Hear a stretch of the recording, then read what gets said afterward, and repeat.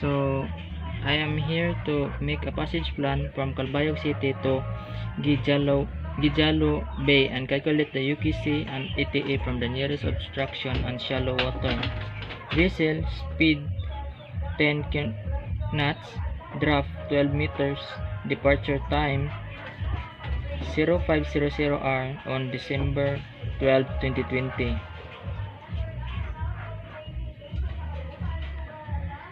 So I already plotted the scenario, which is from the Calbayog City to Cabugao Bay.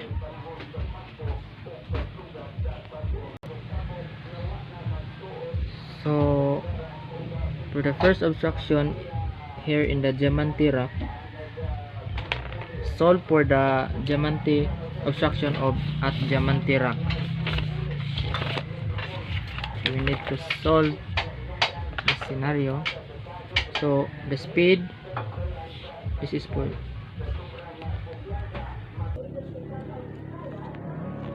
the obstruction of Diamante Rock, the speed is 10 knots. Distance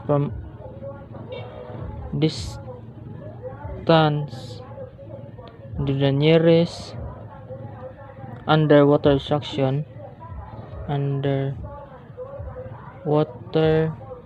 obstruction is 34 nautical mile. 34. Solve for the ETA.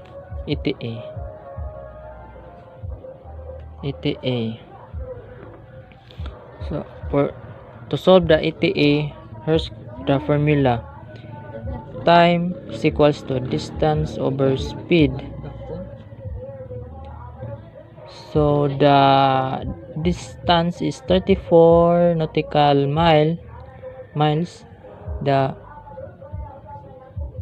distance speed is 10. So the answer for here is 3.4 times 0.60. 3.4 times 0.60 is equals to 2.4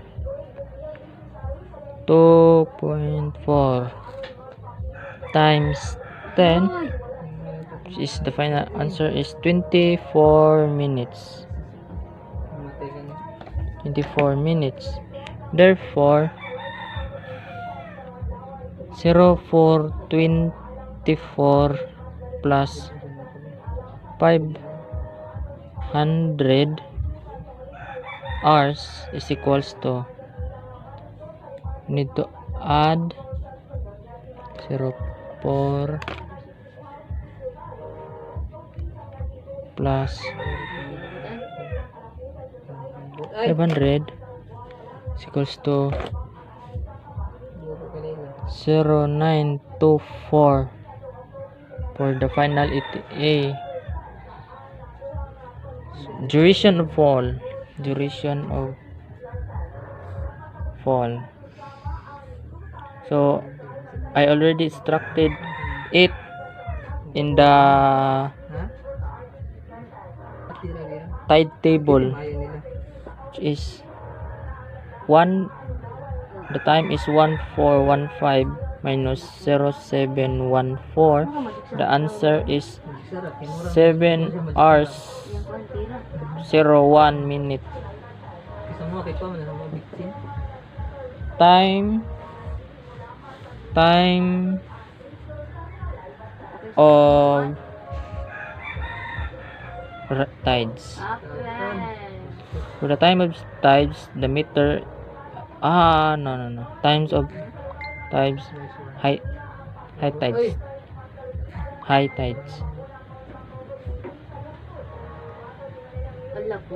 071 1 0.74 minus 0.924 is equals to 2 hours 10 minutes after. For the range of tides,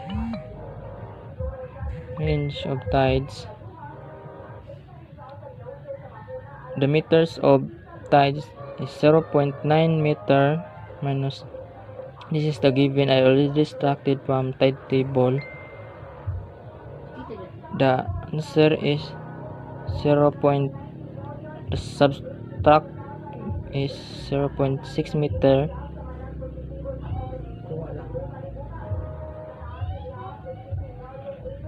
or the 0.2 meter at high tide. For the height of tide,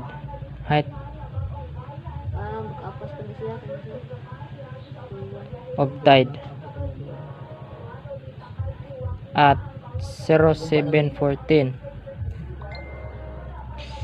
So the height of tide is 0.9.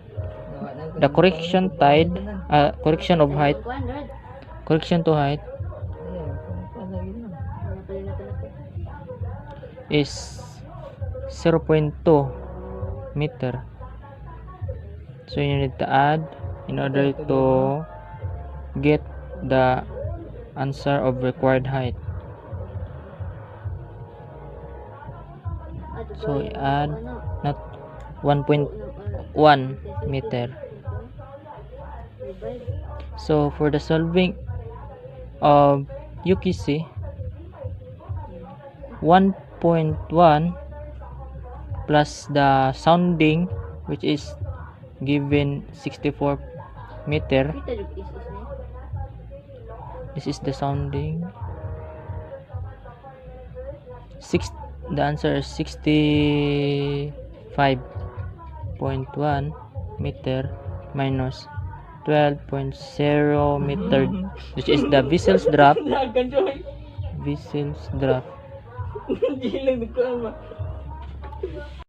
So you need to subtract 65.1 minus 12. The answer will be the final UKC, which is the 53.1 meter UKC. So this is for the obstruction of Diamante Rock. Next, for the solving of obstruction in San Bernardo. And now for the obstruction of San Bernardino Strait.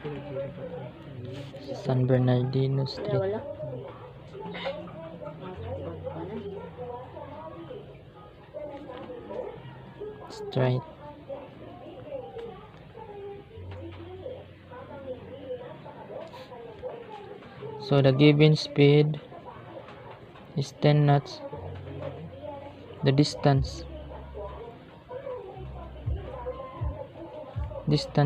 to the nearest underwater obstruction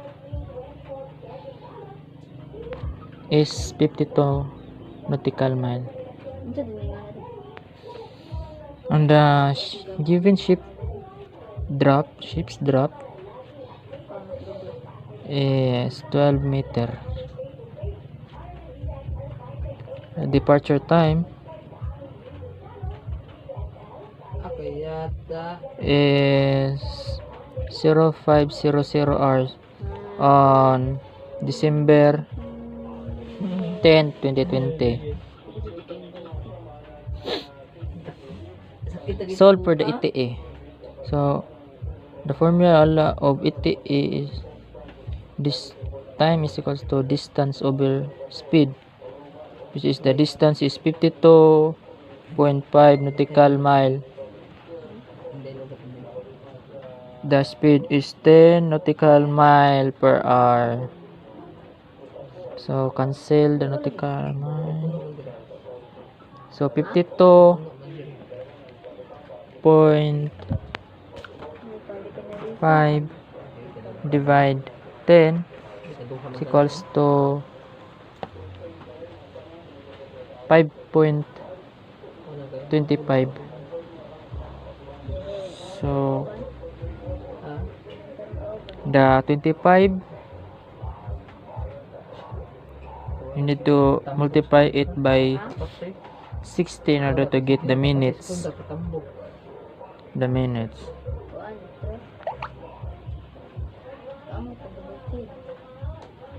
So the answer is 15 minutes.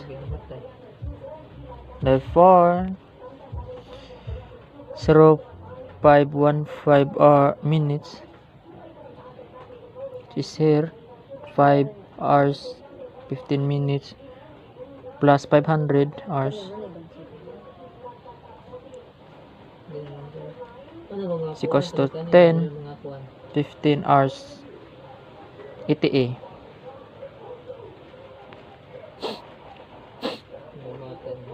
So for the duration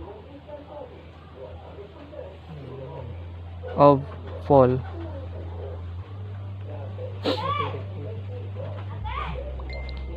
the given is 14:15 minus 0714. Answer of duration of fall 7 hour 01 minute. Solve for the time nearest tide. The high tide.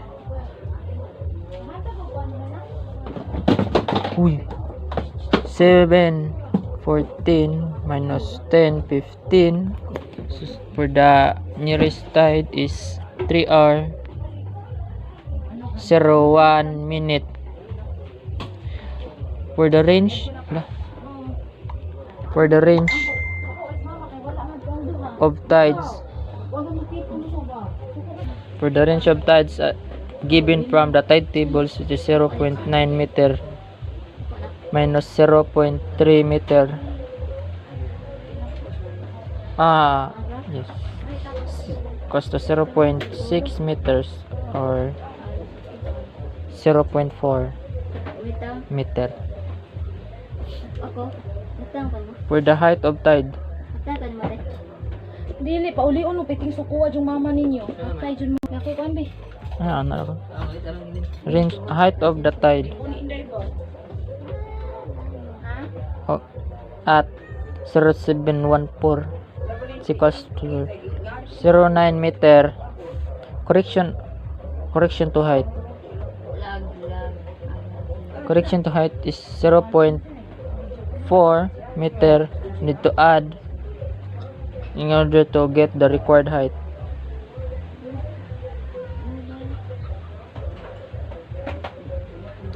The answer is 1.3 meter plus the sounding, which is the 14.6 meter.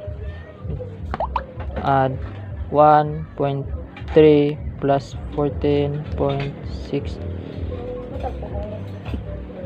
to 15.9. 15.9 meter. Then minus by the vessel's drop, which is the 12 meter vessel's drop.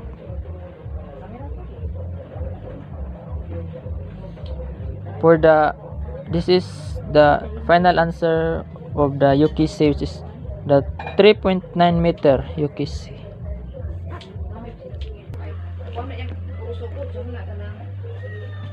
Solve for obstruction at San Bernardino Island.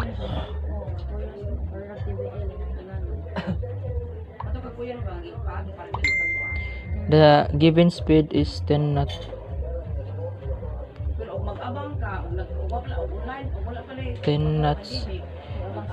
Distance for the nearest water obstruction, the 58 nautical mile. solve for the ETA.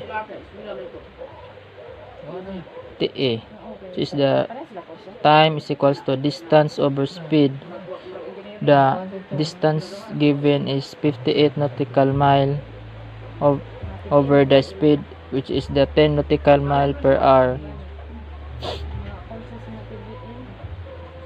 The answer is 5.8. The 5 will be the hours, and 8.8 times 8 times 0.60 is equals for 48. 4.8 times 10 is equals to 48. Therefore, 548 plus 500 will be 10:48 ETA. Estimated time arrival. Duration of fall.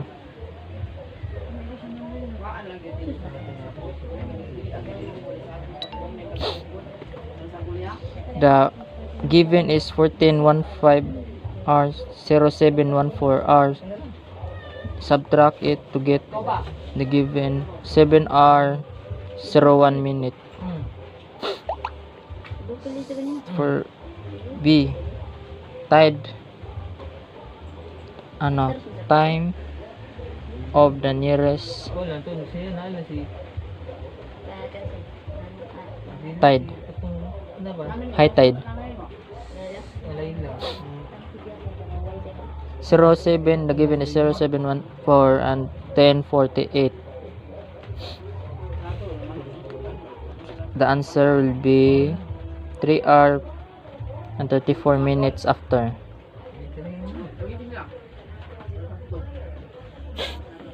C,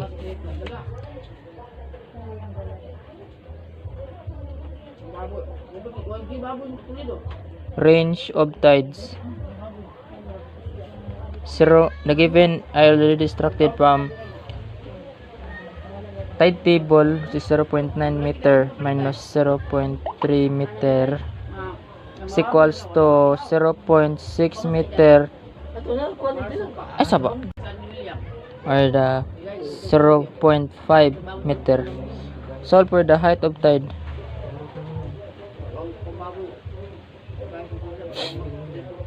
At 0.17. No. This is for the UKC. The height of tide at is 0.9 meter. Then the correction height is 0.5 meter. The answer will be the required height.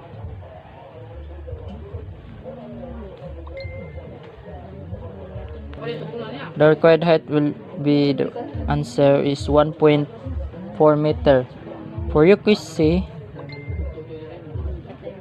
1.4 meter plus 27.0 meter, which is the sounding. The answer is 28.4 meter minus by the Wessel's drop, which is the 12.0 meter Wessel's drop. The UKC is 16.4 meter. This is the final answer.